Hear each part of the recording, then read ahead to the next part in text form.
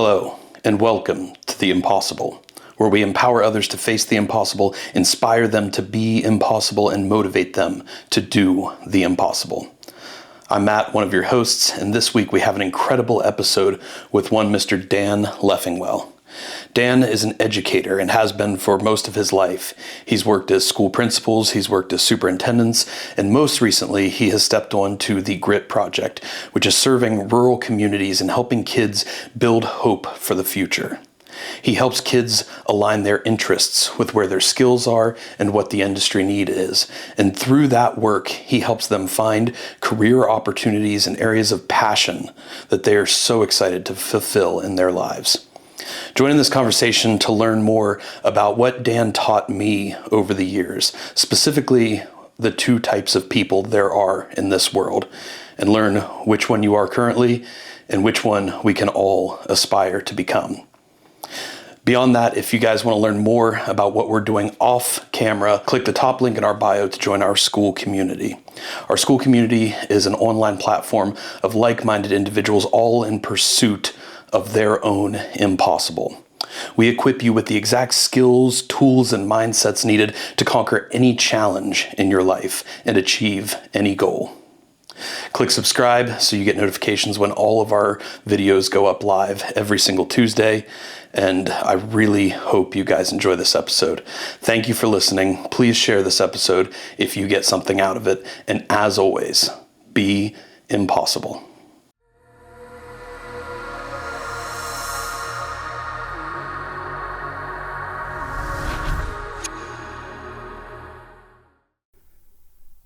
There are two types of people in this world. Those who build others up and those who tear others down. And it's funny how you go through life and certain moments, certain people, certain lessons stick with you and stay with you forever. You never forget them, and they always impact every decision you make going forward. This was a lesson I learned from Dan Leffingwell. He was our principal back in high school. He was a massive mentor for me when I battled cancer back in 2013. And now he has continued on to building programs that are changing the lives at scale across the entire state of Ohio and beyond. We are so excited and honored to bring his voice, his knowledge, his insights to the podcast today to share with you guys, because one thing that we know is fundamentally true from Dan's work is that hope can be built. Your outlook on life can change, and you can build yourself into a person who has unruly faith in your own potential to succeed in whatever ways you are passionate about. So with that, we are going to dive into the conversation. Dan, thank you for joining us today. Oh, man. I didn't know that I'd be crying before the intro was over. But it's okay. I had a hard time holding it together myself. Thank you, Matt and Austin. Appreciate you guys. And it's the pleasure's all mine. It's truly an honor. And boy, time flies. It does. Right? And as I recall those days back in 2013, I think you're living the life that you told us you were going to do. You've approached it in every way that you said you would, and you've probably even surpassed that. So congratulations. And again, it's just a real honor to be here. Thank you. Yeah.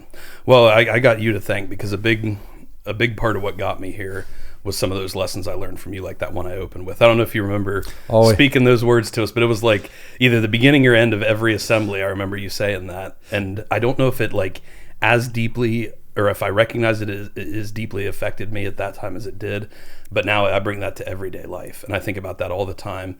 You know, whenever those temptations creep up to gossip about somebody or, you know, talk negatively on somebody, I try to always go back to that, you know. And it's, to me, when I meet somebody now, a huge mark of their character I'm looking for is, are they spending time talking negatively about other people? Or are they spending time finding positive ways to build themselves and others up? Right. And I think it's a huge mark of character. No, well, thank you. And it resonates with me daily as well.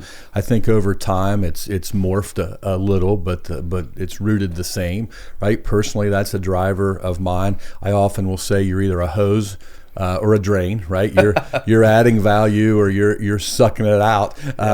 And you know, it's important. And I also remember back in my coaching days when The late, great Jim Valvano said, God loves ordinary people because ordinary people can do extraordinary things. And that's always been my belief in others. And today, despite what we're led to believe in media, I believe in our future, largely because I believe in the people and the amazing things that they can accomplish. And a lot of our work that we do today is based around Clifton strengths and student aptitudes and those things. But, Don Clifton always said, what would be possible in this world if we could focus on what's strong versus what's wrong? And I think that's just a great mindset that I think carries everybody to places they didn't know that they could go. I agree 100%. And I love particularly that you're able to do this with youth who are at a very an age where they're very moldable. They're taking everything in, they're learning everything, they're learning how to act and behave in the world, they're learning how to integrate themselves into society. And you're coming in at an age where you can show them how strong they can be, rather than what a lot of society is telling them of how miserable their life could be. And I think that's huge to be able to bring that message to them at that age.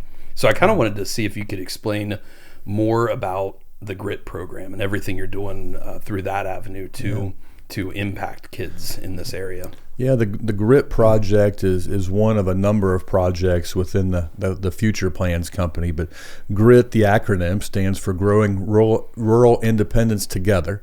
And it's really instilling that belief that truly through these efforts of identifying strengths where that intersects with society's need is one way, maybe even a primary way, that we eradicate poverty. And making sure that every student knows that they have a best fit place. And it's not that some people matter, but every person matters. We talked a little bit ago about the population decline. It's going to be more and more critical that we help students understand their uniqueness, their greatness, and where they best fit in the future to help us sustain and grow as we want as a society. I was thinking about driving here today, the amount of dollars and resources in the last 10, if you would go back to high school today and you graduated in 2013, the presence of mental health counselors addressing real issues, they're needed, right? We need more of them.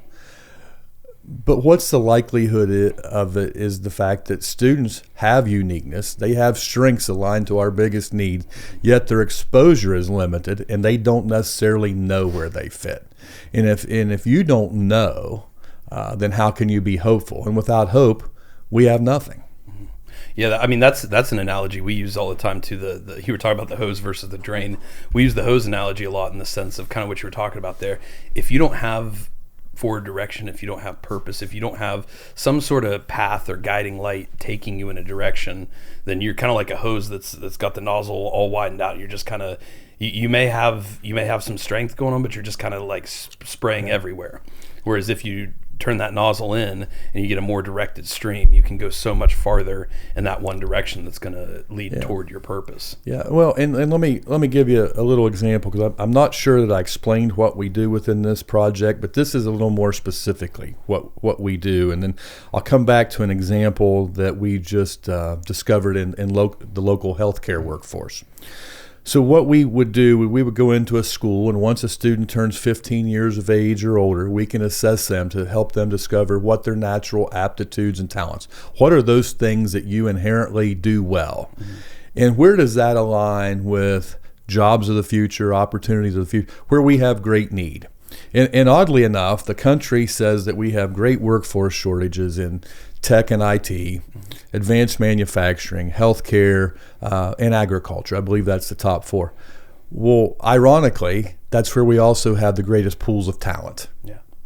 So there's a disconnect, right? So our process, our project attempts to bridge that disconnect. And so after a student assesses, they attend a 1-hour personalized coaching session so they can better understand themselves and better understand what opportunities lie ahead that they could be a great fit to. And what we found out in that work, 6 out of 10 students will shift their interest to better align with their strengths, because now they understand. So if I just ask you, as we've always asked, if we asked your daughter, one day, what do you want to be when you grow up? They're likely going to tell us things that they've been exposed to, things they're familiar with.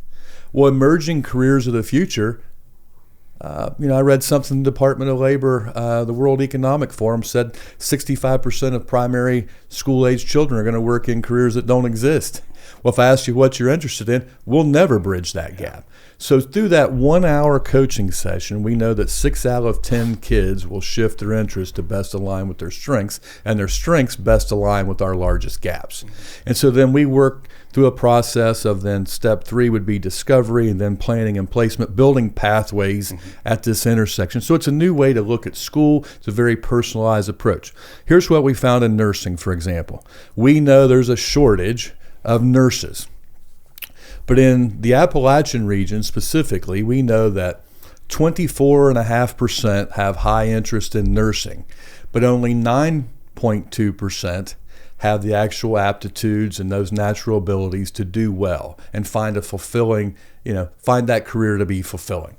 So we have found that we have licensed, we've credentialed more nurses than we physically have jobs, but we continue to have a shortage. So what's happening is I make the decision to go into nursing. It's just one example. It's high exposure. I've been to the doctor. I've been to the hospital. I watch it on TV. But the reality of what that job really is significantly different maybe than what we've been exposed to. So there's a high turnover rate. So, the premise would be if we can help you discover where your strengths lie, because the 9.2% that have skill may lack interest. Yeah. They may think, I'm a Leffingwell. I'm not smart enough to be a nurse, right? But it's making those connections, right? There's no right, there's no wrong. It's just trying to match make, if you will, early. And that doesn't mean that that's the path that you have to take. But oftentimes what we're seeing, kids have skills where they didn't think they belonged. Yeah, and that's really exciting to hear, because it lines up so perfectly with what we talk about all the time. We talk about finding passion and using that to build purpose for your life. And those statistics kind of blow my mind, how it lines up kind of perfectly that where we need the most jobs is where we've got some of the most interest and aptitude. And you talked about that concept of ikigai, the Japanese concept, at lunch today, where you were talking about how if you can line your personal interest, what you are excited about, with what you have an aptitude for, with what society has a need for, from an economic standpoint and from a standpoint of you being able to earn income, that's kind of like the perfect center Venn diagram, ideal state, and you're helping kids to build that in real time at a large scale. Yeah, it's so exciting. I mean, it's truly transformative, but it truly represents a solution to what we hear about in all the social media about the negativity around our public school system, right? Well, our public school system, all too often, we're still aligned with the first industrial revolution in which it was created. And it was created the way that it has been for a very unique purpose. It was around compliance and hierarchy and management and compliance. And now it's about entrepreneurship, creativity. It's about personalization. So really making that shift is one that's been very difficult, because we're all products of that first system. But I think some of the negative perceptions about that profession that exist all too often is the fact that we just have been delayed in making that shift. So certainly through the GRIT project, through the work at Future Plans, the Ohio Strength Center, we're really trying to help support districts to make that shift. And we see, when we do that, we see great increases in HOPE scores, and that is something that we can measure and have measured. But in 2 districts, one of which where you went to high school, when we started work, and certainly we've evolved a long way since 2013, we've seen HOPE scores go from 30 to 32% of our students being hopeful for the future to 85+%. Well, you don't have to wonder when you walk in a building if you've got 85% of the students that are hopeful for what that looks like, sounds like. Every marker that we hold dear, whether it's the state report card, English proficiency, math, they all go up, because we know that hope, through research, is a greater predictor of success than GPA, ACT, or any of these things that systematically we think are gatekeepers. Yeah, and that's exciting, because like you say, if you take an environment, a whole community and a school system, and go from 30% hope to 85% hope, just as far as the hope that people have for the future, you like you said, it's going to change everything. It's going to change just how it feels walking through the door of that place. Mm-hmm. When you're working with these kids, how do you, because one thing we work with people a lot on is tearing down assumed limitations. We as people have this part of us, and I think it's a safety mechanism. We as people have this part of us that we like to place limitations on ourselves by default without always testing to see where we can really go. And I think we do that as a means, like evolutionarily, to keep ourselves safe and to keep ourselves out of danger. But a lot of times the limitations we make for ourselves, I'm too old, I don't have time, I can't do that. Whatever it is, they're honestly false a lot of times, if you would choose to go down that path and pursue it, if it's something meaningful to you. And so we have a saying that we use a lot that says limitations do not exist. It's actually on the back of my t-shirt when I did that squat I was showing you. And we say that because we would so much rather assume that default mindset than the contrary. But I found that people get so heavily tied to these limitations that they place for themselves. And it's hard for them to step out of that space of, I can't do this, to even just, what if I could do this? So how do you do that with kids? How do you help them go from this place of 30% hope, like I don't see a positive future for myself at all because of this, and this? How do you help them to not just realize where their aptitude is, where their interests are, but then to actually generate the belief that they're capable of moving in that direction? Wow, I mean, there's a lot to unpack there, and I will say this with kind of a grin on my face. The first barriers and obstacles that we have to help students overcome is the mindset of the adults in which work with them. Because sometimes as adults, well-intentioned, good people who we have to first eliminate their limitations of what those kids might achieve. And so one example that comes to mind is when you take our assessment, it's about, let's just say 2 hours, and then I say to a school, and then we're going to follow that up with an hour personalized virtual coaching session. Well, the beauty of that coaching situation, it is someone that is completely void of bias, doesn't know this student, is not the person down the hallway that's dealt with, 4 generations of the Hill family, and oh boy, So those biases are removed. So during that session, it's only talking about the data about that student and that particular student and what they do well and where they best fit.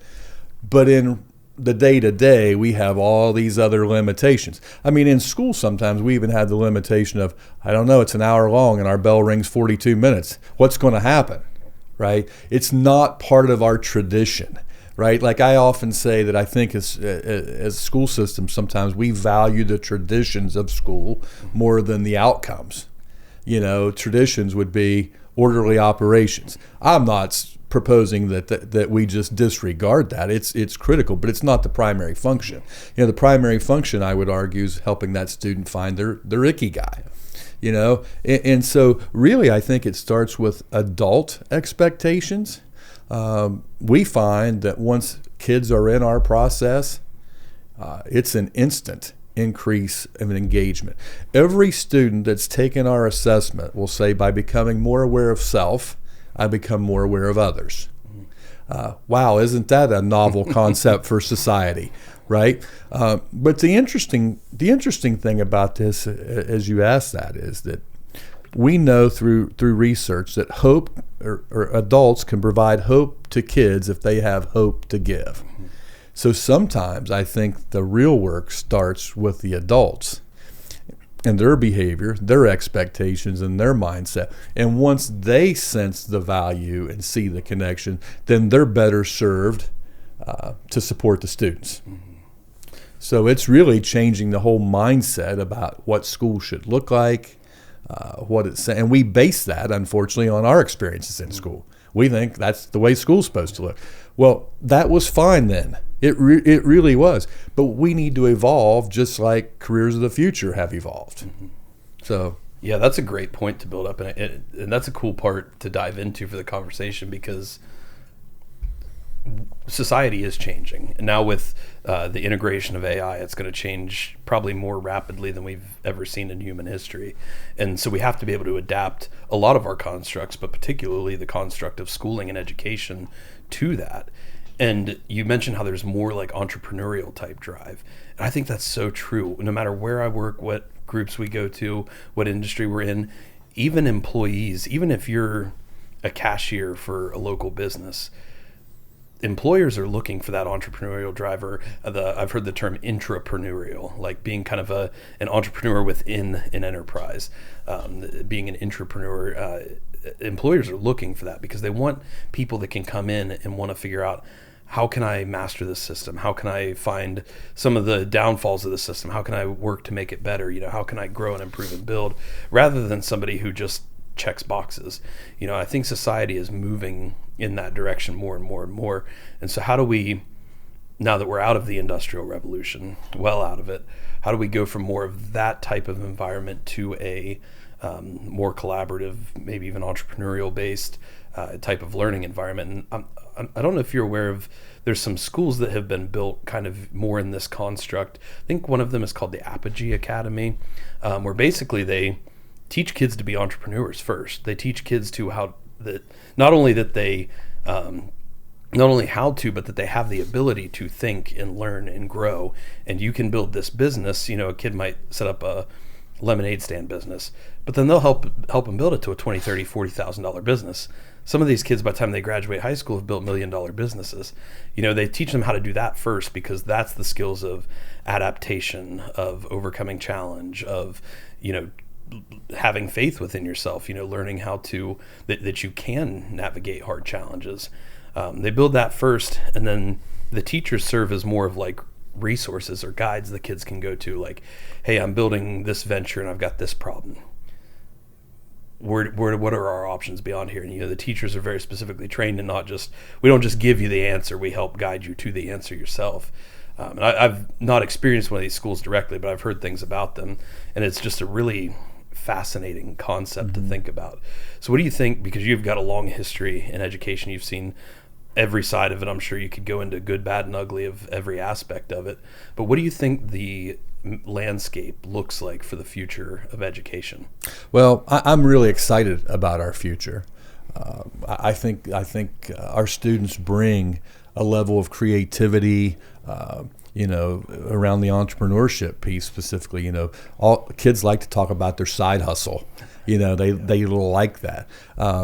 But going back to what you said about those specific schools, so I also work for an architects and an engineering company called SHP. We're celebrating our 125th anniversary this year. So we've been around, and we've definitely evolved as things have changed, even in how we support schools through the buildings in which you attend school, right? And you go to school.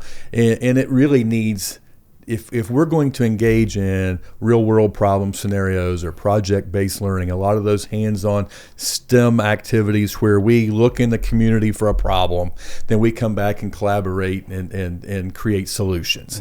That requires a different physical plant to work in. And so if you think about it, in Ohio and many states, the facilities commission that funds and helps build schools typically operate on number of students equals a number of square feet. Everybody gets one of those, nobody gets one of the, but yet the strengths and the needs of those communities, the strengths of the students, are uniquely different. So again, if we're going to go to an entrepreneurial mindset, a personalized learning, shift, that should even be reflected in the spaces that we build. And it should even be reflected in how colleges of education educate future teachers. Like, it affects the whole thing, because Industrial Revolution 1.0 took all those things into account. And quite frankly, we haven't broken from it. And I think now the fifth definitely the fourth. I think we're going into the fifth industrial revolution, which is high tech. It's clean rooms. It's a lot of things that look different. As an aside, I was driving through Mason County, West Virginia the other day, looking at Nucor Steel, the largest, I think, steel plant in the United States now, and I'm thinking, I bet that will look different than Connors Steel in Huntington, West Virginia, where my dad worked. Right? So making that shift really impacts so many things. And then unless you're in the profession, your perspective is still how school used to look, and you still think that should be okay. So, it is a shift, but it's one that hits every aspect. So the schools that I work with that are really engaged in this work, and I can show you some great examples of New Lexington High School in Perry County, Ohio, Noble Local Schools in Noble County, Western Latham Schools in Western. They're doing things out of the box, and they're seeing increases in engagement, attendance, and all the markers, right, that we point to when we have a problem. They're lifting every one of those numbers when they truly make this shift, and they're doing so in some very difficult places. So I think it's kind of like we talked today. It's about showing people what's possible. Right? I mean, I go and I hear all these things that are problematic for so many. I'm thinking, I didn't have to deal with that. And the reason I didn't have to deal with, people were past, they were focused on other things, right? So I do think it's a shift that can be made. I'm optimistic about it, but everybody has to be on board. The best strategy, for example, of increasing attendance. So, the state of Ohio, many states throughout the country, there's a huge chronic absenteeism problem among students. We don't have that level of sickness. We have, I would say, disengagement. Our best strategy can't be to police people into submission, right? Let's fix the problem of engagement. I've heard people say, you want to fix the attendance problem? Start putting parents in jail, right? I don't think, but let's go to the source, right? And the other challenge facing our profession that's not popular to talk about, if you've watched any of the state funding, you'll see that, people are up in arms because there's billions of public dollars going to private and charter schools. We can talk all day long whether we agree. I don't necessarily think that that's right. However, I like to get beyond that and say, wonder why so many people want another option. Why do so many people want an option? If 42% of adult Americans work remote jobs, and they welcome and they value that flexibility, I'm not sure an attendance policy of the 50s is going to serve that audience very well. Right? Yeah. And everything in COVID wasn't a bust. There were some great things in education that happened as a result. It forced us to deliver differently. Now, I will tell you, our mindset at Noble Local Schools that year wasn't the same as many. Everybody ran through the streets, the sky's falling, COVID's coming, and we said, hey, we got to keep the main thing the main thing. COVID is a thing. It's still not the thing. It's a thing we need to work around, but the thing that we still have to do is deliver quality education. And we found a lot of things as a profession that worked.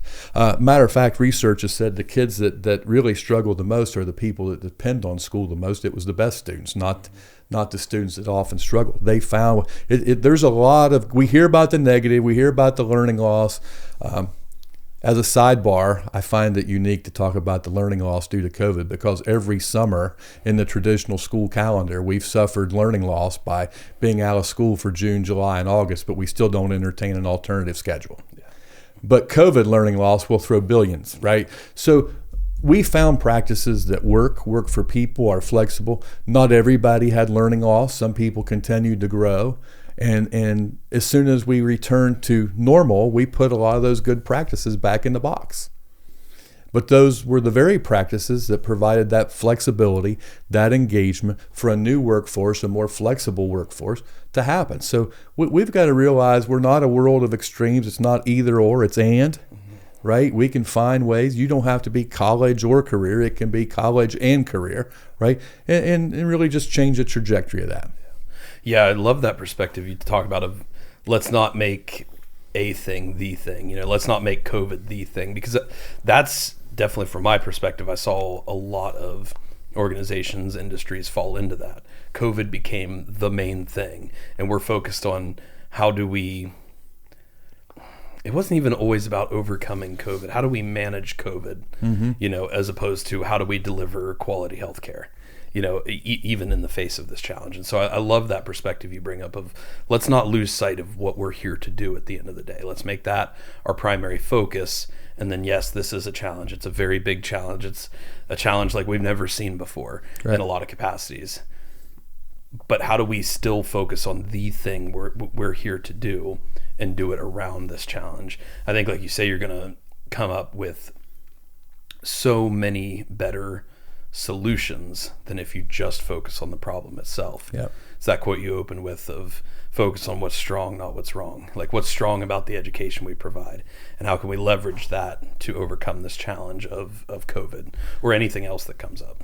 Yeah, in our district, those were some of my, those were challenging times. But when I look back upon that time, I think about all of our staff members that continue to come to school, put together meals, get on buses, deliver them to the door, deliver meals for the week for the family. And the time and the manner in which we got to interact with students and families is actually an opportunity to bring us closer, to build deeper relationships, to I think about that first graduation where, we had a situation, I don't remember the number, but my high school principal and his staff did a great job. But we brought 3 or 4 seniors and their families in at a time to get their diploma, and we spent about 20 minutes. Yeah. Well, I would have never gotten to spend time with that family or that student to that degree on a typical graduation ceremony. So there were some silver linings to that. And unfortunately, the lessons learned that were silver linings and positives don't get the attention that some of the negatives. But there were some things that we learned during that time that I think could really help propel us positively into the future. I agree 100%. Because you learn that's a large part of our platform is our slogan is be impossible. So using the impossible challenge you face in life to create a version of yourself or your program or your company or whatever it may be, create an impossible version of it, something that could not or should not have existed otherwise without that challenge. And I tell people all the time, like that squat video I sent you, I never would have squatted 500 pounds if I hadn't lost my leg. Like it just wouldn't have happened. I never would have gone down some of the paths I went down that ultimately led me to training and finding my love and passion and discovery for it. And I don't think I would have ever had the drive to dive into it with the depth that I had without having gone through cancer. So not that I'm glad I got cancer, I'm glad I lost my leg, but I am thankful for the opportunity it brought with it and the lessons I learned and most importantly, the person I was able to build in the face of it. And I think that's very similar to what you're doing with kids. You're showing them, hey, you can build what we would call an impossible version of yourself. You can create and build this ideal future for yourself. Here's the tools you have. Here's what you're interested in. Here's what society needs. How do we combine these and marry these together? Yeah. Well, when you were discussing that, it led me to a couple thoughts. One definition of hope is that you have enough adversity that you're able to learn from failure, and in doing so, you've discovered strategies that allow you to overcome in the future, and that creates confidence. That faced with adversity, I have demonstrated ways that I can be successful and overcome, which gives me confidence that when faced with adversity in the future, I can do the same. I can see that in your life, and I can see that even in my own students and kids' lives. But now I think about what do we do systematically as a profession of education that's counterproductive to that. I mean, if people that are listening to this know me, they know what's coming. Think about how we grade. Right? What's in the A through F system? Well, it certainly doesn't allow you to learn through failure. Yeah. Right? So I always use the example, if you got 100% on the midterm math and I got a 50, you're an A and I'm an F. Yeah. The comprehensive final is comprehensive for the year. You get 100, I get 100. Now you're an A and I'm a C, but don't we know the same amount of math? Yeah. Right? Versus, a lot of the things that's happened now prevalent in schools since you graduated. A lot of folks are the robotics, the advanced manufacturing piece. And I remember when we started our first robotics program at Noble Local. One, the people that gravitated toward that program with great enthusiasm and engagement were students that had been otherwise disengaged for many of their educational years. I went to the first competition, and quite honestly, there was a lot of things happening. I wasn't sure how it was scored. I wasn't sure anything. But when the match was over, immediately the team gathers their robots and they head back to a classroom that they call the garage. And I walked in there, and what I saw blew me away. The engagement, the collaboration, kind of like a coach and their team. What did we just see, in the match that we need to improve upon? How might we improve upon? And I also saw someone journaling about this to take notes. That process of learning and improving. So watching now this play out, rinse, repeat, win, lose, we go back and we adjust and we troubleshoot and we learn. And seeing what those robots look like at the end of the day, and let's say the fifth or sixth match versus the first match, was completely transformative. Yeah. It isn't that what learning and education is supposed to be about. But the grading system that we've all become to know throughout all these years is not aligned with that at all. So even the way that we provide students feedback can either be a giver, right, or a tearer down of hope. Yeah. And that's a system that we all know. So if you remember, during your high school time, we changed grading practices. And at first, that was the topic of Friday night football games. What in the world's happened? Like how? Well, the issue, when you really change grading practices, it immediately impacts the top 10 in the class because they play school and have always played school really, really well. In every case, when schools modify their grading practices, that number doesn't get reduced. Those people in the top 10 now have a lot more company, right? So it's not such a socialization. I'm going to put you in a box based on A, B, C, D, or F, right? So those are even the things that, as we embrace them and become more uncomfortable, we can really create some momentum quickly through changing things that have been very traditional. Yeah, Elon Musk says if you're not failing, you aren't innovating. Yeah. And it's this idea that you have to be able to embrace failure. That's something we talk about all the time. That moment I showed you in the squat, I failed my first attempt. And if I had approached it with a traditional grading mindset, I would have said, oh, that's an F, that's a failure. That's just what it is. I can't squat this weight. Whereas if you learn to embrace failure and use it as an opportunity, like, hey, I failed and it hurt and I don't want to fail, but it hurt and it sucked. But you know what? I can learn from this. We learned that my stance and my positioning was wrong for that moment. So we adjusted, we adapted, we came back and we got the lift. You've got to have a path forward from failure. If you just assign an F and there's no path forward, then you're actually integrating into people, I would imagine, that failure is a bad thing to be avoided at all costs. And I think if you take it down that pathway, that's how we get to where we are today with society of people are so afraid of failure that they're afraid to even try. That's right. And that's what holds people back more than anything else from their potential. And that wasn't their inherent choice. That was systematically ingrained in them. Now, see, if we were more traditional, we would have went to that competition and you would have only gotten credit for 225 pounds and a half because we have averaged your last two lifts. See? That's funny. I didn't even think about that. I'm sorry, brother. You only got 225. That's well below the mark. Yeah. Sorry about your luck. Oh my gosh, that's funny.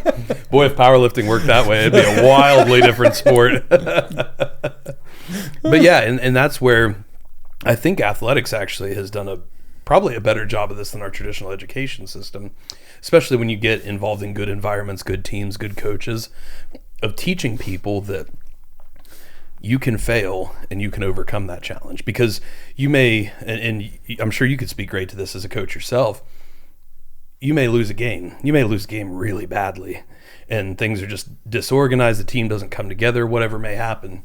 Kind of like Ohio State did here a couple weeks ago, things just don't line up. They don't come together and it may be crushing, but you have another opportunity you can come back to practice and say, hey, this is how we're going to learn. This is how we're going to grow. This is what went wrong. And this is what we need to fix if we want to win in the future. And then you literally take kids and you walk them through that process. And then eventually somewhere down the line, you win a game. maybe even a game you weren't supposed to win. And that's a direct process where kids get to see, I couldn't do this initially. And then we worked at it, and we built the individuals, we built the team that could, and then we did do that. And what else can you extrapolate that to in your in your own life? So do you feel like athletics has done a traditionally a better job of that than maybe the traditional education system? I do. I think really if you think of the traditional word teacher and you replace that with the word coach, there's a different connotation there. We even see that image that just popped in our head. We see that differently. I remember as a principal, sometimes I think we've all been there that are in education. We would literally have teachers that would turn in their lesson plans on day 0, before the students arrive, for the whole 184 days of school, what they're going to do, 1, 2, 3, 4, 5, 6. And it didn't take into account all the differences, all the things that pop up, all the issues that arise. And a lot of times, there were a lot of teachers that the next year would just change the dates. This is what we do so it's very much systems driven. And now we want to be more, I guess you would say, client driven. But I think about a coach. He goes in, you've got a map of those things you need to have into place before game 1, and you have milestones and benchmarks that you want to read. But you will always see a coach at any level with the practice plan, and they're constantly making notes. Yeah. And they're making notes on the fly of things, hey, we want to revisit this. Hey, we've mastered this. We can move on. We're further ahead. Like it works. So they're making decisions on the fly with real-time feedback. And that's really, really what needs to be happening in our classrooms. Or if you two, Austin and Matt, have advanced, then your plan for tomorrow looks different than the other. Or maybe I even solicit you as tutors, and I divide the class into 2 groups, and we get them to where you are. Yeah. And we got, going back to your high school days, we had some teachers that did that very, very, very well. Mr. Wilder. Mr. Wilder. Yeah.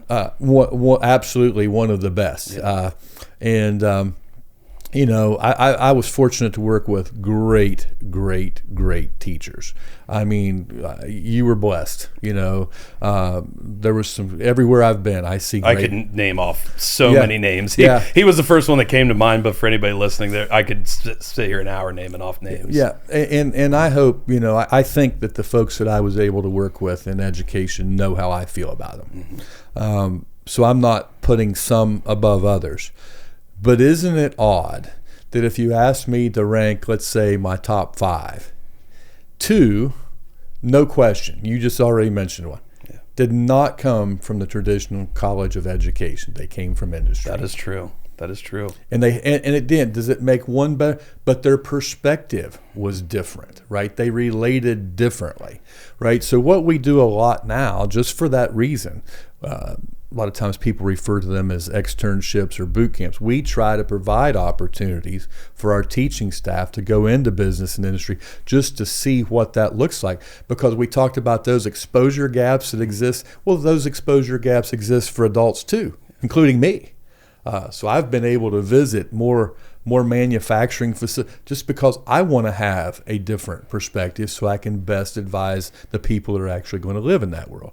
And we hear it all the time. You'll hear adults say, maybe we've even said it once, boy, I'm glad I don't grow up in your world. I have said numerous times, boy, I'm glad I didn't have a cell phone when I was 16. I have said that. But I've actually heard adults say, boy, it's going to suck to grow up in your world. And what we're really saying is we're uncomfortable. Yeah. It's vastly different. We're uncomfortable. But guess what? Those students we're working with, they're comfortable. And they're ready. They're ready to do the things. Look around at the studio here today. I'm starting to see these pop up in schools. I'm starting to see student-led podcasts. And the creativity and the engagement is off the charts. So for every negative example that someone can give us, I can give you 2 positives of where this is happening. And that's why I think I feel so confident about the future. But I am worried. I'm not worried about our students. I am worried about our profession. Yeah. I love that you bring that perspective up too, because we hear it all the time. And me, as being a relatively new father, I hear it a lot where people say, like, oh, kids growing up now are gonna like, and they will literally say they're gonna have no hope for the future, and they're already trying to. I don't think they're actively trying to, but by saying that, by speaking it into existence, you're writing that future for the kids. You're saying like it's going to be a horrible world for them to grow up with. AI is going to steal all their jobs, and they just assume they're going to be poor and hopeless and lifeless on the streets. And it's like, no, you don't understand how industry is going to change because of AI. And I've even said, I think AI is going to lead to another renaissance period of what you just mentioned: creativity, ingenuity, and drive and growth in all of these areas, that now that AI will be able to occupy a lot of the just kind of like manual labor, repetitive type jobs like it does for us on this podcast. Because we don't have to spend 8 hours editing an episode every week, we can spend 8 hours driving creativity. And it's my hope and my belief that that's going to expand to all of society with the integration of AI as well as various other technologies that are coming out. Well, I agree with you, Matt, and think about it from this lens a little bit. You know, going back to adults can provide hope for kids if they have hope to give. Is that why birth rates and the shift in birth rates are declining at an alarming rate? Is that a sign of adult hopelessness? I think we looked at a statistic, 4.1 births per 1,000 people in 1970, and now that same number is about 1.1. And so, that shift is really critical. But because of that population decline, it's also critical that we embrace technologies because, we know opportunities are growing. Right now in the Appalachian region, if we had 100 jobs to offer, we only have 90 people to fill them, right? So that's just really critical that we think about not one thing in isolation, but we think how all of these impact and affect the other. I told you earlier, I'm a Gallup data nerd. In 2014, they put out some data that student engagement in school increases 30% when two conditions exist. The school builds on the strengths of its students, and I have at least one adult that excites me for my future. Those two things had an impact of 30%. Wow. And then just a month or two ago, Gallup also released the fact that it's 80+% increased in adult employee engagement and productivity when they work in an area of strength. Yet Americans, only 34% do. Right? So I believe investing and front-loading this discovery, these opportunities for discovery, will pay great dividends because, again, we know we have strengths aligned with our greatest needs. Yeah, that's powerful. And I think it makes me think back to one of my original mentors who I had not met until probably 5 or 6 years after I started learning from him via YouTube online. He always said, strength is never a weakness, weakness is never a strength. And where he would focus on that basically is that don't spend all your time focusing on the areas in which you're weak. Focus on the areas in which you're strong and use those as a driving, motivating force to build you up. But even beyond that, anytime you build strength in any capacity, it's never going to take away from who you are, what you do. It's always going to make you a stronger person. I think you could extrapolate that to anytime you work in a strong environment, even if it's not maybe the environment that is like the most exciting or the most passionate thing for you, you are going to be more excited for the future, more hopeful for the future. You are going to be a stronger person yourself for the areas you are excited and passionate about, just because you have strength in that environment. I think strength feeds to strength. Focusing on weakness just drives towards more weakness. Yep. And we see that a lot with people getting trapped in kind of a victim mentality, is what we would call it. People who are a lot of times it seems as if they're searching for ways in which they are the victim so that they can reinforce the story they've told themselves about themselves. Self-fulfilling prophecy. 100%. And we don't ever mean for that to sound like it's tearing somebody down, but you see it happen. And I think it's just simply not that these things that may have happened to you aren't horrible and awful and horrendous, but rather than choosing to allow yourself to be a victim of those circumstances, which I've been there before. I get it. I get where that mindset leads and how you get there. Austin's been there before. We all know what that's like. Rather than choosing to be a victim of those circumstances and letting them control you, how can you flip the script to gain control over them in order to build yourself up, and then corollary, build others around you up? Yeah. Well, it's funny you bring that up, because in the last couple school presentations and groups that I've spoken with, I thought, about people perceive our profession largely because of the narrative that we tell, right? How I talk to my neighbor. We have a get together in the neighborhood, how I talk about my profession.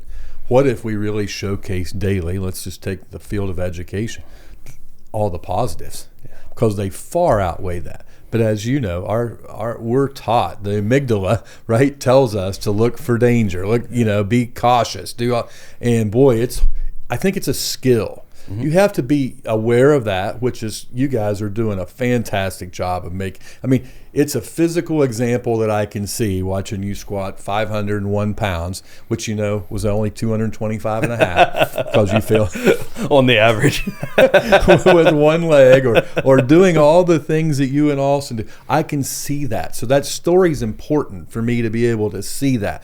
People need to hear those stories of success, and we have an abundance of those in the field of education. Yet we choose to put the microscope and the spotlight on the things that are wrong, and that becomes the reality, right? It's a self-fulfilling prophecy. Not to throw in another Gallup piece of information. Parents surveyed in Gallup said at about an 85% rate they rated their public school between 4 and 5 on a 1 to 5 scale. Oh, wow. Others surveyed rated schools lower. Yeah. Well, guess they're making that decision on what? Not on their kids' experience, not on what they're based on, the perception, right? What messages they see. So really, we take charge of our future by controlling the narrative, because as you've said, we'll focus on sometimes what's the loudest and what's the brightest. Mm-hmm. Yeah, and that's really where we're seeing this shift in content and media and social media. Is for a long time it's been who can be the loudest, who can be the brightest, and even still you're seeing that in mainstream news today. I mean, you think about the pieces that have come up recently from the fraudulent tax dollars in Minnesota, to then immediately into the ICE going into Minnesota, and the protests that are now happening, and not to dive into any sort of politics whatsoever, but you see how just whatever is loudest and brightest in that moment can consume all of public interest as far as news and media is concerned. But more and more, we're seeing people become totally disengaged from that. And that's how Austin and I and a lot of our friends are feeling. Like, we don't watch the news. We don't even have cable, we don't, I don't care to. Austin stays very well informed on current global events. And I think that's a good and righteous thing to do, but we don't become concerned with the narratives of, oh, this group of people is wrong, and oh, this group of people is wrong, and I'm in this camp and I'm always right because of this. We just don't have any interest in that. We don't play into any of that, and it's because it just leaves you feeling so empty. Mm-hmm. And we're seeing people even shift away from traditional social media because of that, because we've now learned and seen how orchestrated everything can be online. And now we're moving into an age where authenticity is one of the most cherished things. And a business guy I followed for a long time, Alex Hormozy, talked about this. He laughs because I bring this up every episode. He, like you reference Gallup all the time, I reference Alex Hormozy all the time. He mentioned this years ago, how he said, for a long time, attention has been the most valuable resource online. Whoever gets the most attention, whoever gets the most followers, most views, most whatever, has access to the most things. Now it's changing to authenticity, and it's going to be even sharper in the age of AI. And how do you cut through the noise now and just the sheer volume of content? Well, it's just being an authentic, real person. Mm-hmm. Because that's what we all are in our own lives.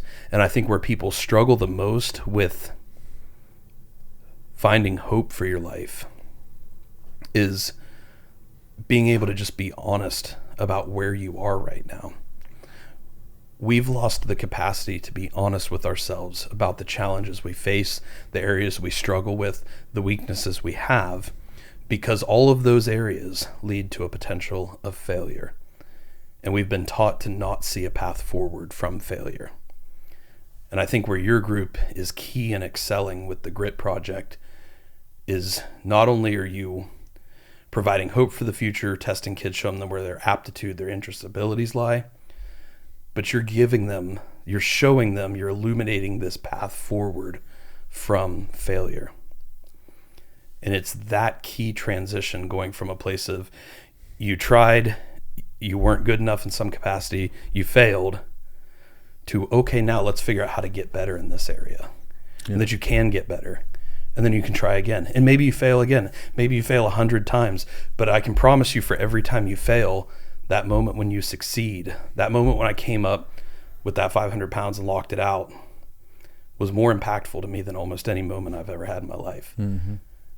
Because what I had to overcome, not just in the whole journey of training to get there, but just in that moment, what I had to overcome physically, mentally, emotionally, spiritually, taught me so much about myself, my own potential, my own capacity. And for a long time after that, I even told Austin, I said, that lift changed me.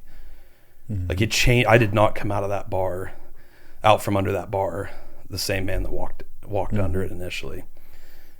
And whenever you can provide that to people, when you can provide that to adults, when you can provide that to children, you change the whole landscape of society. Mm-hmm. Yep. And like we talked earlier, we can't afford to waste anybody. No. Opportunities are increasing. Physical number of humans decreasing. We need everybody doing everything. Mm-hmm. And guess what? There's a spot for everybody. You know, you can be whatever you want to be, and you don't necessarily have to leave home to be it. Right? You can do it. I think that's just, it's powerful. You know, a couple years ago when we really started this work, you know, what you see physically happening, schools are getting smaller, things are getting more expensive. In rural areas, geography is a barrier. Just physically getting people from one point to the other sometimes can be difficult. But we have spaces in communities. We'll take community colleges, for example, that may be closed on Friday. And they have beautiful lab spaces, and they have highest skilled instructors. So we started looking at hub concepts. Well, what happens if on Friday at Washington State we provide some credentials, some workforce credentials aligned to student strengths and industry need? And oh, by the way, you know, every school in the county doesn't have to go build a lab. We can share one that's already here, right, and do those things. And so we tried that, I think it was 3 years ago. And the deal was you can only go into a program that aligned with your strengths, and we only offered programs that aligned with industry need. So the first go, we started with industrial maintenance and welding, cybersecurity, and advanced manufacturing and robotics. And we started, I don't know the number, 60, maybe 100 kids. And we had probably 13 different K-12 partners. And there was at the time in Ohio, there was a credential called the IWIP credential, Innovative Workforce Incentive Program credential, that was aligned to our greatest needs. And I waited till school started, and I went to our school partners. I said, I'm not looking to keep kids from going to the Career Center or keep kids from going to college. I want the kids in study hall you don't know what to do with. They got their hoodies over their head, and they're just trying to get through the day. Right? And they were happy to send those kids to me, oddly. But I'll never forget this. One, physically seeing the kids roll in that first Friday it wasn't like, you know, you have this stereotype that you think you're going to, and I'm seeing these kids come through. They're energetic, they're bright-eyed, and then I start watching them every Friday just grow, and they're doing great. So we had some flooding in the area. It's the spring, and we're deciding whether we're going to be open or not. And I just decided, well, we can be open, so we'll be open for whoever can get here. We had students over an hour and a half bus ride away. One person from one of the area schools says, well, none of my students will be there. We're on spring break. And I think they might have made the comment that I can't get them to come to school when they have to. I'm sure none of them will be there. 23 of 24 students showed up. And the message is nothing happened to that point was wrong, right? It was just misalignment, right? It was discovery and misalignment. So when you think about that process that we feel is pretty critical, it takes kids sequentially from one step to the other, and it's really a process of discovery. And then what happens? They start energizing one another. There's some synergy there, and then all of a sudden, local employers know, hey, on Fridays we can stop by, and then there's some quasi mentoring that happens, and all of a sudden, posture's different. Right? Everything's different. So I guess I share that. I don't have a 501-pound squat, right, that I did on one leg. By the way, I couldn't do it with two, and I probably couldn't do it if I borrowed two from Austin either. But it's possible, right? In that one example, that's all I would need to say. If they can do it, I can do it. And so highlighting those types of stories and where that puts people differently. I mean, I won't mention a student by name at Noble Local, but you would know if I said his name that he was not from Appalachia, right? And how he changed how people perceived him and perceived the skills that he had simply by the way he used technology to fix a very traditional problem. I remember the first time we 3D printed a replacement knob for the 1960 stove in the elementary kitchen, right? Well, it brought those technologies to life. I remember, people thinking VR is only about a game, and then I remember going to the shipyards in Portsmouth, Virginia, and seeing welders work in VR. I remember coming back and we put VR in our algebra curriculum so people can see how difficult concepts happen every day in real life by experiencing it virtually. Now what we know is if a kid experiences it virtually, they're 70% more likely to retain the information. So all of a sudden we move things from a toy to this has a purpose, right? And then, we're talking about AI, the same thing. The summit we had a couple weeks ago, we had a couple hundred people there. Roughly 10% said that they used AI as a tool, as a resource, but almost 100% had used some kind of detector to police it, right? It's flipping that mindset, right, of hey, what's the possibility of this? I get it. There's some potential pitfalls. We're not saying ignore that, but we can embrace it as a tool while we still monitor the pitfalls, right? Yeah. And instead of banning AI because someone might use it to cheat, how about we modify our assignment? Yeah. And what we're asking people to do anyway, because now there's tools available. Why would I need someone to recite these things when they can easily, right? It's just times are different. We need to evolve. And I think it's just evolving first with our mind, and then everything else will follow. Yeah. Yeah, I love that you bring up that perspective. That was something I was going to ask you about, because I know that this is a big topic in education right now, is how do you integrate AI into it? And I know there's, as you just brought up from the data of just that one event, there's so many educators that are using tools to figure out if something was done, if an assignment was done by AI. And it's like, well, if the assignment can be so easily done with AI, and AI is going to be a tool going forward in the future, it makes me think about, and I laugh because when I was in elementary school back at Little Hawking, I distinctly remember teachers telling me we had assignments we couldn't use calculators on because they would say you're not going to have a calculator in your pocket every day of your life. Well, and then now we're in 2026, and I have a calculator on my wrist. Now I just ask Siri the calculation, and she tells me. And so it's it's not that those things aren't worth knowing, those skills aren't worth having, and they're not worth practicing. But it's maybe we just need to change the assignment, because 20 years from now, we don't know what it's going to look like, but AI is certainly going to be integrated into every aspect of every industry, of every job, and it's already getting there at an incredibly quick pace. So maybe we just change the assignment to learn how to use and manipulate AI. What if the assignment is use AI to write the best paper possible? Because each kid's going to give AI a different prompt. And maybe, I've heard that they think AI prompt engineering is going to be a huge industry. 6-figure salary. Yeah. How do you type in the exact words to get the very most optimal response from AI?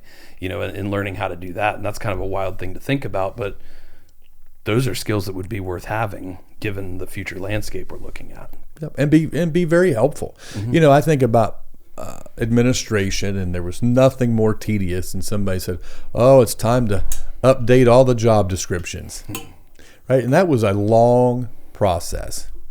Why would we ever do that today? I had a conversation with my son one time, and he had just left a meeting, and he was one of his assignments was to create a new position and write a job description. And in 15 or 20 minutes he was in the car, he's telling me his vision, and I'm plugging that into a chat bot on my phone, or AI bot on my phone, and it was so intuitive, it was so efficient, it captured everything he wanted. And I thought, well, you know what? Don't wait till Friday and turn it in. Just say, hey, I've created a draft. Would you want anything added or deleted? But knowing how to prompt, how to engage with that. Dr. Wendy Hanaski does a lot of AI work and AI training throughout the state of Ohio through the Tech Cred program. We're even talking about if you're kind in your prompt, if you personalize your prompt, like there's all kinds of ways to enhance the feedback that you get, and that's going to be important. So it's probably going to get increasingly important as AI gets increasingly advanced. Mm-hmm. And that's what's going to be crazy to see. It just as, back in the late 90s, early 2000s, there weren't website building wasn't necessarily a job before that. And then it became a massive industry. And now AI is able to build websites better than and infinitely quicker than the most people could ever learn. But rather than seeing that as, again, going back to the COVID, like you talked about, rather than focusing on AI as a problem, what if we just focused on what we're here to do? And then even if AI is a challenge in some ways, how do you overcome that challenge? How do you navigate that challenge? And then take it even several steps further than that and say, how do we use this as a tool? Because I know Austin and I use this all the time on our podcast. And I asked one of the employers in the company I work for the other day, what are you guys seeing as far as the landscape of AI integration into what we do? And this is working into a pharmacy space. And it was something that he didn't really have much of an answer for. And that's not any sort of detriment toward him whatsoever, but it didn't seem if it was something they were even looking for or paying attention to. And I just remember thinking that was really interesting because I see it every single day. Like in probably 5 years, honestly, AI is going to be doing this job, this job, this job, this job. And I just don't see that, it's going to be necessary to hire humans for that position. Well, you could see that as a negative thing, is like, oh, people are going to do their jobs. But I think of it as, because we don't have to do this stuff that is very repetitive, manual labor, data entry type stuff, we're going to be able to do all these other things. We're going to be able to work with patients one-on-one more intimately than we have ever been able to in the history of this profession. And isn't that exciting? Mm-hmm. Because isn't that what we're here for? Because my industry has a very high burnout rate, like very tremendously high. And it's now to the point that so many in the world of pharmacy are actively encouraging people not to go to pharmacy school because of how bad they perceive their own industry. And I will say there are, I'm fortunate to work for a very good company that drives forward growth and innovation and that kind of entrepreneurial mindset. But there are companies out there that are purely punishment driven, and you get these numbers for us or else. Nobody's going to thrive in that kind of environment. Nobody wants to be in that kind of environment. No. But for the first time ever, we have an opportunity to step out from behind the computer, out from behind the counter, and actually be able to do what we originally went there for, which is to help people. And a lot of that is going to be driven by AI. And so I think that's a great avenue to look at it, but you can expand to it to any situation in life. Rather than focusing on this thing as a problem, why don't we focus on where there's opportunity? Even if it is a challenge, let's find the opportunity in that challenge. Because as you said, you guys still use tools today you learned from having to navigate COVID. Mm-hmm. And that makes you as educators and your whole system better for it. Yeah. No, I think the word is just evolving, and starting first with your mind. Mm-hmm. Right? You can't fix new problems with old solutions, and we have tools available to us today that we've never had before. And I just think that's really important. all the talk about AI made me just think about IT in general and back to the strengths. But we have a rural district in Pike County that saw that they had a high number of students that had high aptitude in IT, but they want to stay. All right, they love Pike County. They love living at home. They love the country. They love their neighbors. They love their farm. Right. So now it is live here, work anywhere. And he has literally built a remote work training center in the back parking lot of the high school so that adults and kids alike can have good connectivity. They have a solid place to work.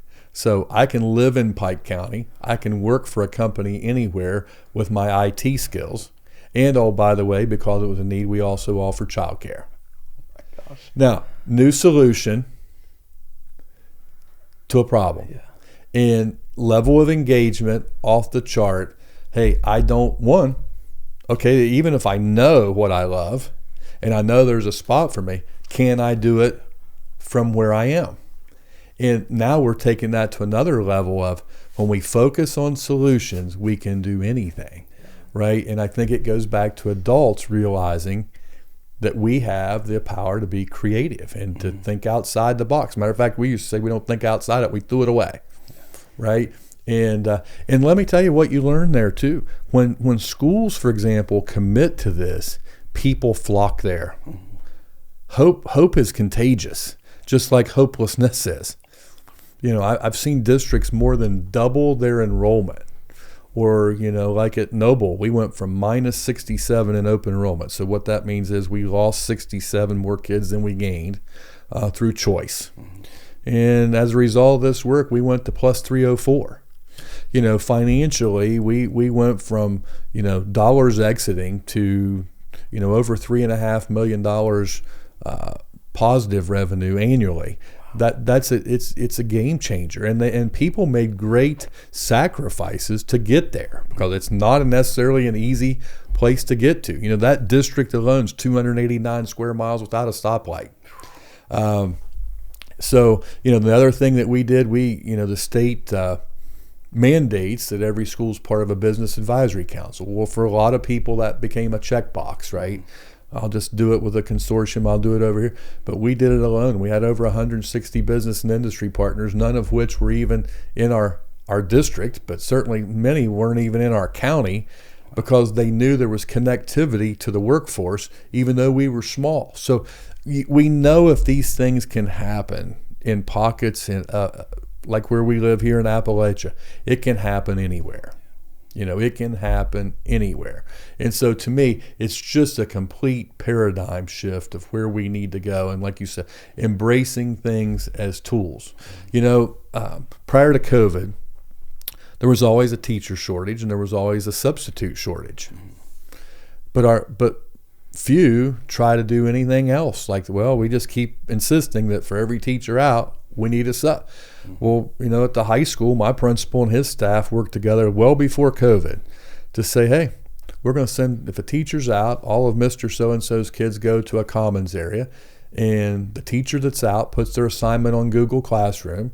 Kids can engage as they can. And so we hadn't hired a substitute at the high school for 4 or 5 years prior to COVID. Wow. We didn't know what we were preparing for. But guess what? Remote learning wasn't a big deal for us. And then some people say, remote learning, is not effective. Well, that's funny because every employer that I've ever worked with, I've had remote learning assignments and training. And it works very well. It's not what we're used to, right? So making that the norm rather than the exception. It's not an either or, right? It's and. Like we need both. Yeah. So I just think that we've also polarized society a little bit. We love to use the word or. It pains people to say and. Mm-hmm. I love him and her.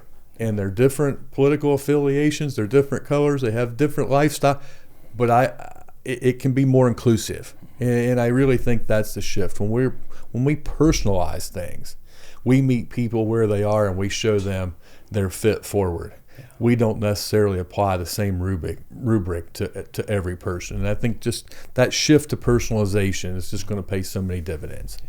I agree 100% because And again, we talked about this at lunch. That's what we're doing with our business approach. Rather than trying to market so much and cut through all the noise to as many people as possible in a grand sense, we focus on the individuals. Privately messaging each person that follows us, replying to every individual comment, even though it takes a lot of time and a lot of energy. What I realized once we started doing that is isn't that what we're here to do anyway? Yeah. Is to impact individuals that grows into what we call a global culture of strength. That's what we're here to do anyway. And we can already do that with the tools we have. Yeah, we may not get millions of downloads yet per podcast episode, but how are we ever going to get there if we're not first focusing on the individual? And so that's been a powerful change and a powerful approach to what we're doing. And I think you're absolutely right. Rather than treating a school system or an educational environment as if you're herding cattle essentially and trying to push everybody into these one avenues, these one boxes, and follow this same exact structure pattern and discipline people into going along with it. Rather than that, what if we focus on the individual needs, the individual aptitudes, the individual desires that people have, and how do we play into those strengths so that we can create a strong culture? And I think that mindset would be imperative going forward in education, but even beyond that, bringing that mindset into industry. Yep. Across every scale, every platform. You talk about how if we can do this in Appalachia, we can do this everywhere. I think, that's absolutely true. And I think if you can do this in the school system, you can do this in any industry. And how would society change if we globally started focusing on a culture of strength as opposed to a culture of what's wrong? Yeah. And that is some of the most exciting things that I could even possibly imagine. Well, it starts with us as individuals, right? Mm-hmm. You shared some stories about how you interact with some customers at the pharmacy, who come, and it starts with our own actions Mm-hmm. and our own words, right? It just really starts at that point. And when we do that, we come together as a group of individuals. We make great impact. For a long while, as you were aware, you grew up in a time it was college for all. Right, that was the mantra. Everybody needs to go to college. I always beg to differ with that a little bit. I thought it was everybody needed to access college level coursework. I don't think they ever literally meant it was college for everybody. But here's an example in the state of Ohio. In 2017, it's the last graduation class that we know what happened to every senior in the state of Ohio. Mm-hmm. There's a great report, if you want to check it out, a group I really, really admire their work called Ohio Excels. They're in Columbus, but they put out a report called Reality Check. In the class of 2017, when it was college for everybody, only 32% of the class of 2017 across Ohio earned an associate's degree or higher. That's when it was college for all. Right? And now as a society, we're telling people nobody needs college. So we've gone from everybody needs college to nobody needs college. In reality, by 2040, 42% will need an associate's degree or higher. So it supports the reality of it's not this or that. It's we need everybody doing everything.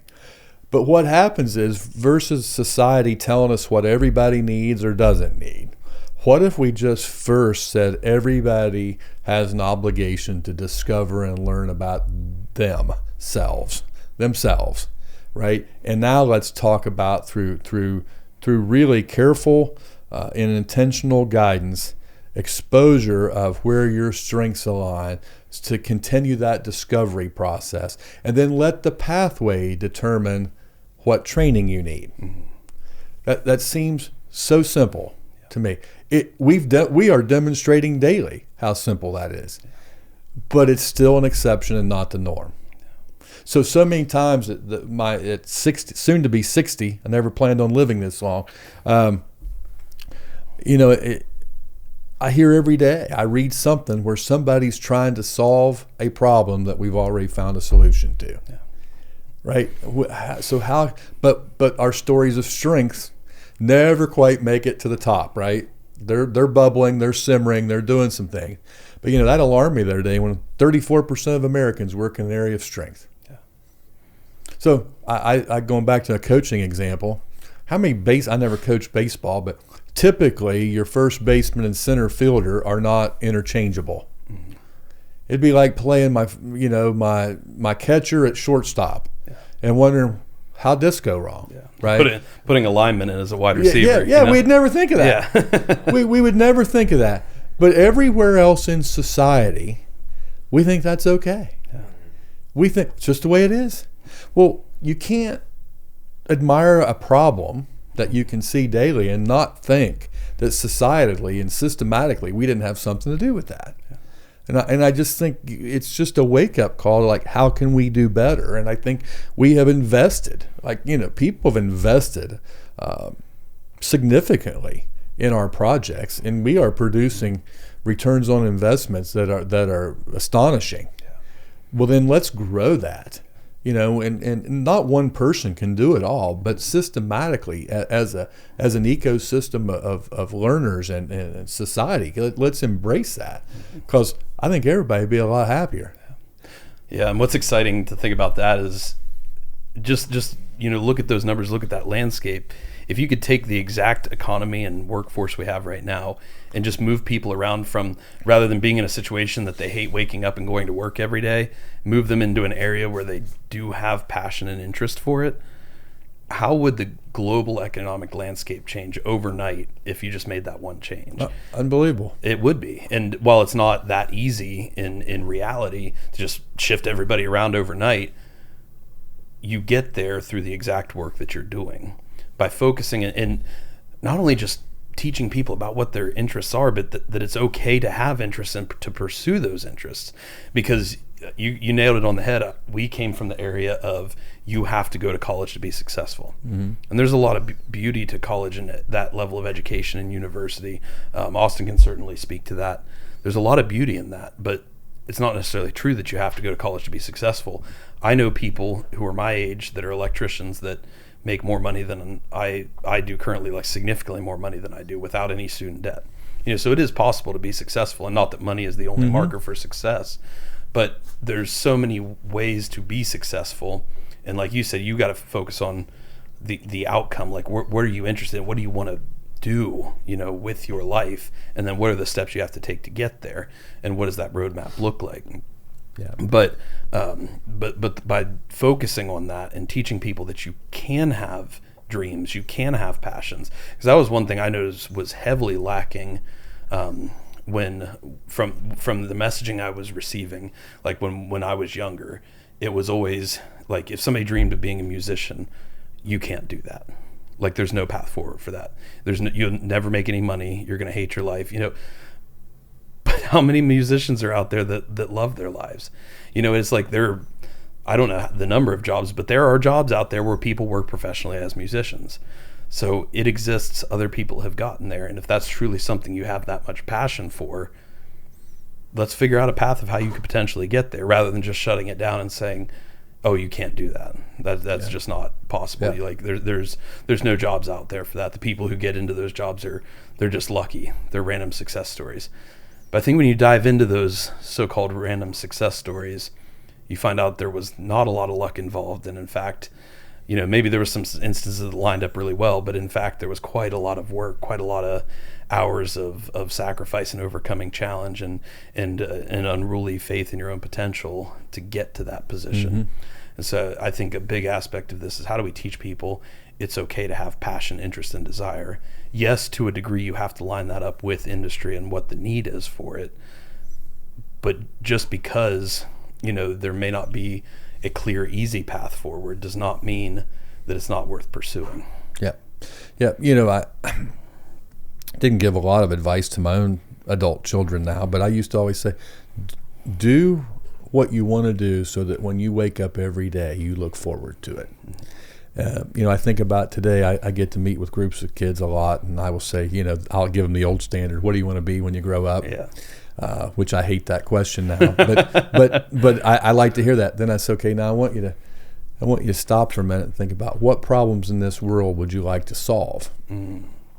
That's a different level of engagement. Yeah. And so now I would say to them, think about the problem that you want to solve. Does what you want to be when you grow up allow you to do that? Because that's the difference, right, between finding a job and finding your why. Yeah.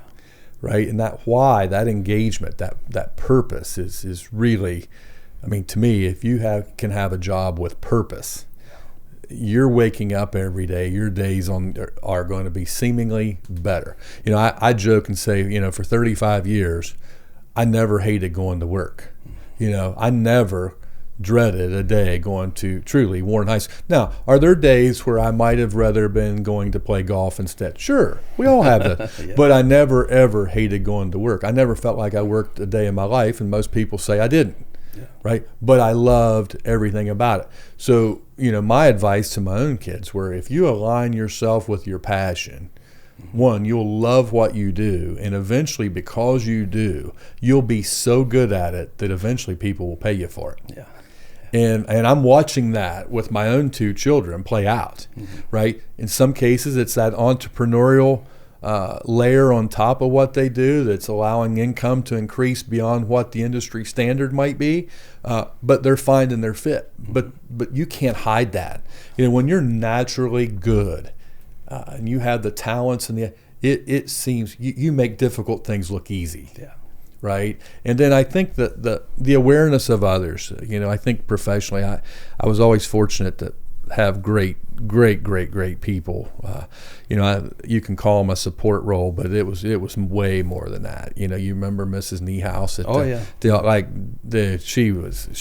she was the heartbeat, and Connie Kaufman, and you think about all those support. When I got to Noble, that was no different, and I had a lady that I worked very closely with, and once we went through strengths assessments, you know, I realized my top 5 strengths were futuristic, strategic, significant, activator, and arranger, and hers was achiever. Well, you know, if you know anything about the achiever, they've got a list, they want to check things off, they're moving fast, and I would find myself saying, well, that's really good.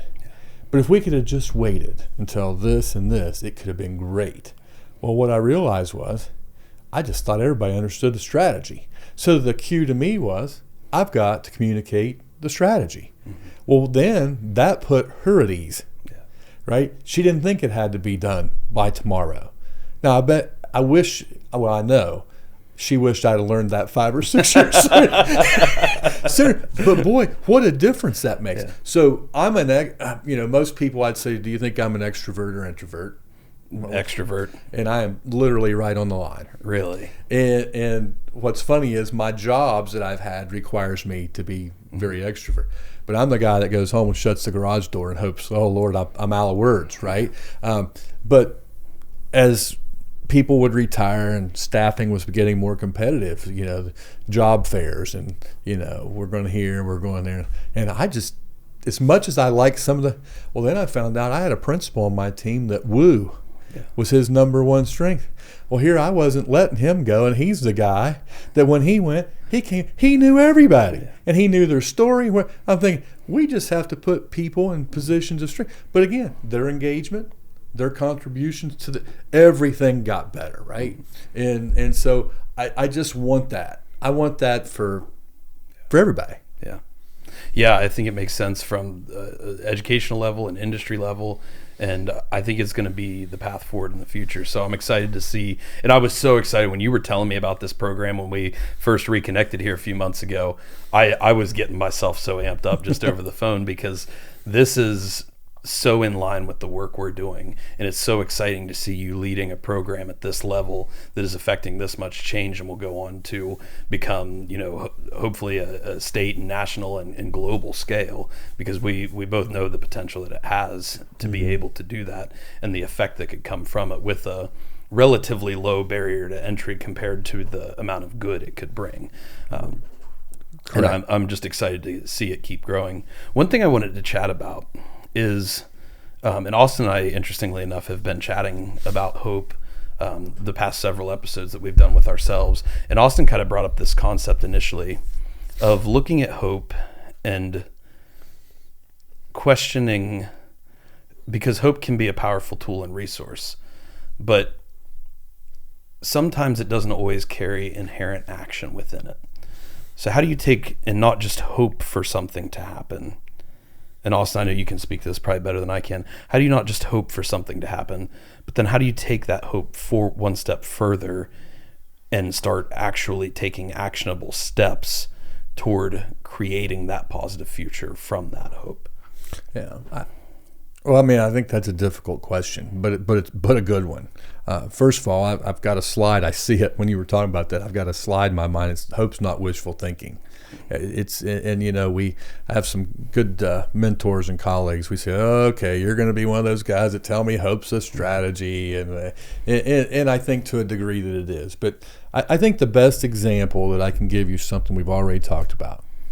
It's people develop hope when they realize there's a hand up from failure, right? That it's okay to stub your toe, right? It's okay to do these things. And now we're going to support you. And what lesson do we learn and how can we improve upon it? I mean, I can't help but think about parenting and K-12. And so I acknowledge my scope is kind of focused on that. But I can't not say again, I think just the way we provide kids feedback. This will be a crazy way to get to an answer, but maybe I can make it make sense. When I first went and became superintendent, parent-teacher conference was coming up, and I had somebody say, we always dismiss kids an hour early on parent-teacher conference night. Well, I don't know. You'll find out as you grow in your parenting, but there's nothing more disruptive to a family than an early dismissal.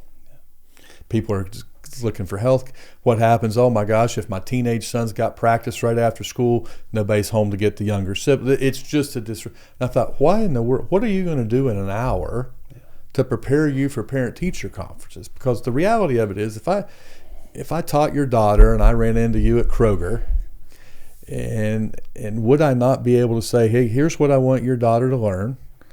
Here's she demonstrated whether she knew it or didn't, and here's what I plan to do as a result. Yeah. I mean, that's really learning, and that's the job of an educator. Like, here's what I want you to know. Do I know if you know it? And here's what I plan to do as a result. If you learned it, we go this path. If you didn't learn it, we go that path. And rinse that cycle. Sometimes I think it's something as simple as that, starting with parenting, starting with your teacher, how we provide that feedback and then create those opportunities to grow. We do it as parents all the time, and we do it. I remember my daughter. I won't mention the incident, but she I think must have been MySpace. She and her friends had done some things they shouldn't have done on a weekend. There was pictures posted about it, and there was some letters sent out, and there was an obvious attempt to embarrass her and embarrass me because of the position I had over this terrible thing that she did. It was not terrible, and I remember, because I was going home in traditional mode with my blood pressure up, and I thought, wait a minute, this is not a reflection of anybody but the decision in isolation that she made that night, right? So let's put this thing in perspective. And how we addressed that, she was in high school, right? And it was a camp out, and there was a few probably illegal beverages in the picture, right? How we dealt with that problem changed after the realization of this is a moment in time, and there's going to be more moments moving ahead. So how are we going to grow from this? We're going to learn from it, right? But how can you learn from it and grow from it? It would have been real easy for me to say, hey, you're grounded, you lost the keys to your car, you can't do this, you can't do that, go in your room. Or what can we have you do that you can actually grow and learn more about your value? And oddly enough, one of the assignments that her basketball coach gave her is you're going to do some community service hours, and one of the things you're going to do is you're going to spend some time visiting apple tree homes, and you're also going to spend a lot of time working concession stands. Well, guess what? The human relations side, there was, you got to get your butt up and go do it. That's the penalty. But the opportunity to learn and grow, right? So I think about the experiences that she's reported that she had during that time at Apple Tree, and getting to know some of those folks personally, and how that shaped her today as a nurse, right? There was growth there. So I think it's it's not an easy answer, but the systemic strategy of hope is just thinking about how every one of those interactions can be looked at a little bit differently. how do we better engage students so they don't want to miss school versus how do we penalize them for when they do, right? It's really a shift. So I don't have a great answer for that, but that would be it. Just think about those little things that we collectively do as society and what the net effect of that is. Mm-hmm. I think that was a great answer because it highlights what we talked about earlier in the episode. There has to be a path forward from failure. And not only do we have the opportunity and the responsibility to be able to show others in our lives that path is there, but we also have the responsibility to help them move down it so that they can start generating belief in themselves that they have the capacity to move down a path from failure. And ultimately, not only can they recover from that failure, but they can learn and they can grow and they can be stronger from it and because of it. And at the end of the day, that's our core message in everything we do. And so it's really exciting to hear you talk about that and lay it out in that way. Could you give me that the definition you had for hope again? You talked about earlier. Well, I mean, there's a couple. The primary definition of hope is I believe that my future can be brighter than my past, and I have the power to make it so. So that would be. But I think the one that you're alluding to, if I can remember it exactly, is the fact that really because I've failed, and I have learned ways to bounce back from that, then I have confidence that I can overcome in the future. Yeah. So I think about your example, and by the way, Austin got to see this for the first time today. I don't know, but they'll be able to see it. It's the first time that Austin got to see Matt with two legs. Yeah. And I don't mean to. How I feel about you, but it's such an obvious example, right? That if you were faced with something that would typically irritate or make someone, how you're going to react to that given your experiences, right? You've developed a great deal of confidence through this whole process going back to 2013. From the moment you learned about your diagnosis, the uncertainty, the fear, all those things that you have. And you may not know this, but I've, and folks here listening, had lunch, he's made me tear up 3 times. But that process has shaped who you are, how you're trying to help today, and your whole outlook on life. And Austin shared his story, right? And it makes things that, I told you I think I have a rib out of place, and I was feeling sorry for myself. But you can bet I'm not missing my workout tonight after being with you guys. You guys will haunt me in my sleep. But because of those experiences, you have a certain level of confidence. Bring it on, baby. I can take it. But I can't stop myself. The grading practices that we've all experienced do just the opposite of that. It puts people in protection mode, don't risk it mode, don't all those things, right? So our whole society needs to shift. Then it's the little things that have big impact.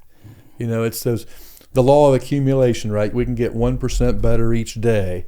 But then those things that, let's say, are not as productive, we still 1% each day, right? And it impacts our mindset. Yeah, I love that. And I love that definition of hope. We talk about because I've overcome adversity, I have confidence for the future. I think that's a beautiful definition to it because it's not, it makes it more of a relatable concept, I think, for people. Because if you're in a spot where you have no hope, you don't necessarily see a path to getting there. You may think of hope as just, this bright, cheery, happy thing. And that's not where I am right now. So I don't see a path to getting there. But by adding that part of the definition in it, which I believe is absolutely true, and saying, because I've overcome adversity, well, that's somebody without hope is in adversity right now. I don't think you can be hopeless and devoid of adversity at the same time. So that automatically by default gives you a path forward. You're just in the first part of it. You're in the adversity right now. And what's great about that, as hard as it is to go through, because you're in that adversity, you have the opportunity to overcome it. And as you overcome it, you build confidence, and that confidence is what leads to hope. 100%. And so in that research, you can see that it's not it's not defined by socioeconomic status. It's not defined by intelligence. It's not defined by any, marker that we might have. Like you can have two kids that grow up in the same household and one be hopeful and one be hopeless. And you wouldn't necessarily know it because not all hopeless people have all F's, and not all hopeful people have straight A. Like it is truly that of a mindset. And I've got some, there's a lot of people that work hard, and as a result of working hard, they get what they need to do. Then there's a day, if that's their only strategy that they've ever had to employ, there's a day that comes that alone's not enough. And so then they experience, well, what else is, right? So but through that process, we start then putting more tools in our toolbox. Yeah. I work hard and I do that, and I do like, so I see that happen a lot, especially in the athletic field. I outworked everybody in high school. I get a chance to go to college, and now everybody works hard. Right? I mean, I'm here 23 hours a day. Well, right? So there has to be a development of other skills. And by going through that frustration and those trials, we're constantly, right, adding to our toolbox. Yeah. Yeah, and I love that because the greater you build up that toolbox, the more it allows you to adapt to the challenges that come up, and the more quickly you can overcome them. Just like I was telling you about getting that NG tube put in. So much easier this time because I've done a cold plunge. And I just take myself to the same place mentally, and while it's not enjoyable in any aspect, it was far easier than it's ever been before, simply because of that skill, that tool that I've added to that toolbox. And I think the same can extrapolate to any part of life. Yeah. And I think that it's funny because I told you I started some cold plunging myself, and I realize even just being conscious of your breath work makes a difference. So again, it's those little things we learn about ourselves that can help us get over whatever we perceive to be that next barrier, and what you learn through discomfort. Yeah. Right? When you ultimately can even find yourself relaxed, like, oh my gosh, the timer's going off, but I'm not really to get out. And just a week ago, you couldn't stand the thoughts of getting in there. Well, guess what? Tomorrow you won't want to get in there either. But it'll be easier than it was 2 weeks ago. Yeah. It's cool stuff, and I love the concept of, and there's so much education resource about this now, of how you can manipulate the body physically to affect the mental state. Another area I am just uniquely, keenly devoted to is how do you use a strong mindset to manipulate the body physically? Because that 500-pound squat half that squat would not have happened without the mental strength I had. And I had literally gotten to a point through that training block and leading up to it that I believed I could change my own physiology just based on my mental state. Not that there wasn't a lot of physical work that went into it, but how can you build up a strong mental state and have that spill over to the physical state as well? Well, thinking about this conversation, I thought a lot of things. We had no idea, right, what all we would be talking. But I'll tell you what's resonated with me today in response to that. It's also it's about the people you surround yourself with, right? I mean, I asked Austin today, what's your story, right? And I just watched you guys feed each other, and how just that relationship, right? You just keeps elevating and creating this belief. And so you think about the importance of picking your network, right? That doesn't mean everybody else is kept at arm's length, right? Because they need you, right, to bring them in and lift them up. I think about how I feel today personally, and I continue to feel more and more optimistic the more time I spend here, truly. And so I think it's about who you spend your time with too, has a great deal. So it's funny, we'll not mention any names, but when we do hope assessments, and I'm not in a school anymore, so I don't get to do those direct, but if you have 8 classes, we ask you to fill out an assessment for each class. And it's funny how you feel in one class versus how you may feel in another. But that's great conversation to have with your staff. Right? So now you start talking about how each individual person impacts you versus how they might impact somebody else. Then you can really talk about the differences. Well, so now we're just being more conscious about ourselves, how we impact folks, how we lift each other up. And then you think about the network, those people in which you surround yourself with. So I was blessed early on, I believe, with just being supported in developing a network. Mm-hmm.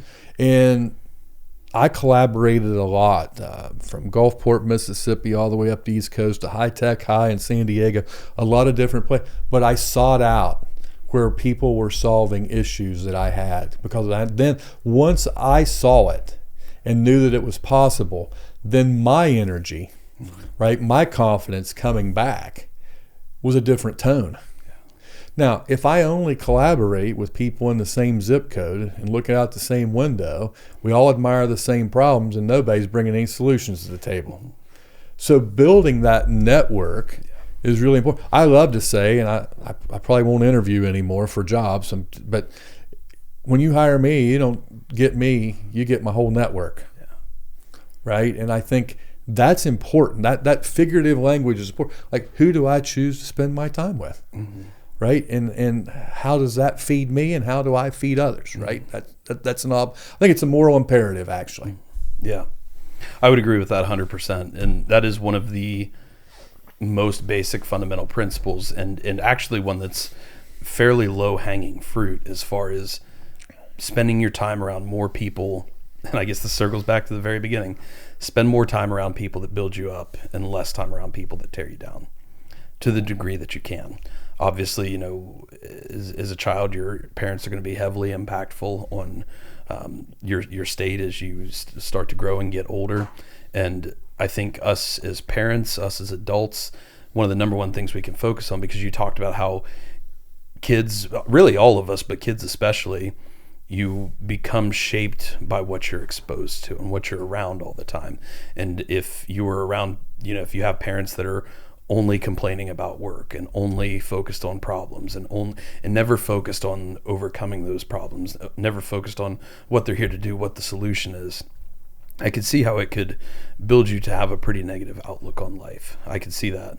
So us as adults, our key responsibility is to build this up within ourselves first, so that we can give it to our children, so that we can give it to any of the kids we interact with in day-to-day life, so we can give it to our coworkers, to the customers that we may have in our industry, whomever it is we interact with. And in that way, you become someone who builds other people up rather than tearing them down. And by doing that, you will build yourself up to a higher level than you ever would have dreamed possible. 100%. You know, when you're on an airplane, right, if the cabin depressurizes, who gets the mask first? Yeah. You do, right? And that's really the adage. When we assess students in schools, we often start with the adults, because we want them to understand, because as they have a different perspective and better understand, then they're more willing and able to support the students in that. So putting all that together is just really critical. Yeah. And it's the power of funneling too, because if you get one teacher that gets really bought into this process and really driven toward this message in this system you guys provide, they're going to affect every kid that interacts with them, not just through a day, but the next year and the next year and the next year. And you're going to change thousands of kids' lives just from that one teacher potentially. And so starting there and treating them as basically I guess a reverse funnel out to all the kids they interact with is hugely imperative, I would imagine. Yeah. And well, Dan, I really appreciate you coming on to chat today. It's been an honor to reconnect with you. It's been an honor to have you on this platform and to share this message. And it's mostly exciting to hear about the work you're doing, but I'm mostly excited about the excitement you have for it. Yeah. Because it reflects that passion that you hold. And you are a direct example, not just in the work you're doing, but you're a direct example of the work you're doing. You're a direct example of when you reach that ikigai and you become aligned in a way that serves both your passion and interest, your own aptitude, and what the industry needs. I see you as being truly aligned in all three of those areas perfectly. Yeah. And it shows the power of what you can make happen, how you can affect a network of individuals, how you can bring change to a global scale when you yourself are aligned in that manner. And so it's an honor to witness, and I want to close today by simply saying thank you, because You mentioned at one point in the podcast, you said you didn't have a 501-pound squat to reference. But you have something so much greater than that. That was one lift. That was one moment in time for me.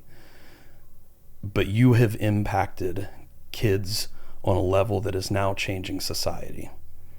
This platform, this table, us sitting down for this discussion would never have happened without some of the lessons you taught me in high school. I would have never gotten through cancer the same way that I did without some of the lessons you taught me in high school. And you and many of the other teachers, and you not only impacted my life on that scale, but I know I can speak for the entire class of Warren High School 2013 in reflecting that same sentiment. And I'm sure there are thousands of other kids that I don't even know since that time you have impacted in a similar manner. And there's just no higher calling, higher purpose, higher achievement you could have in life than giving hope to kids who need it the very most. So thank you. You made me cry again, man.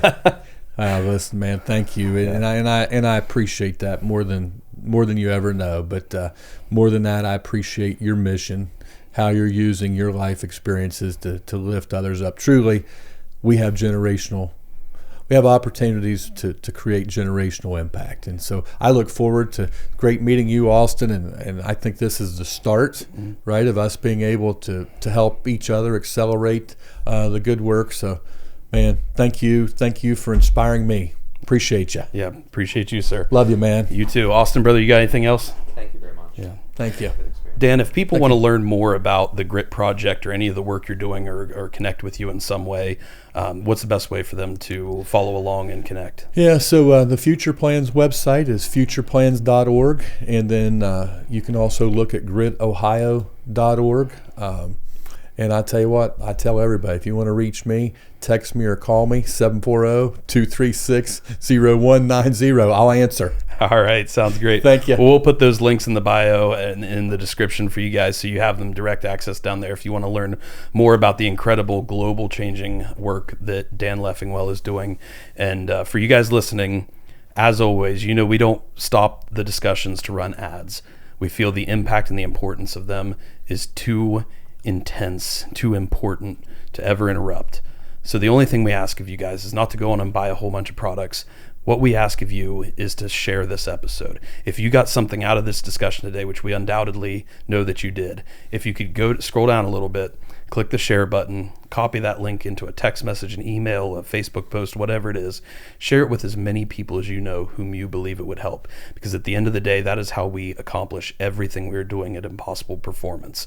And if you want to become a part of the discussion of the podcast off camera, then click the top link in the description to join our school community. That is our community of like-minded individuals, all driving towards common growth and pursuits of impossible goals in their life. It's an ad-free space, a bot-free space, a space with no division where we all work to learn and grow together and to build each other up.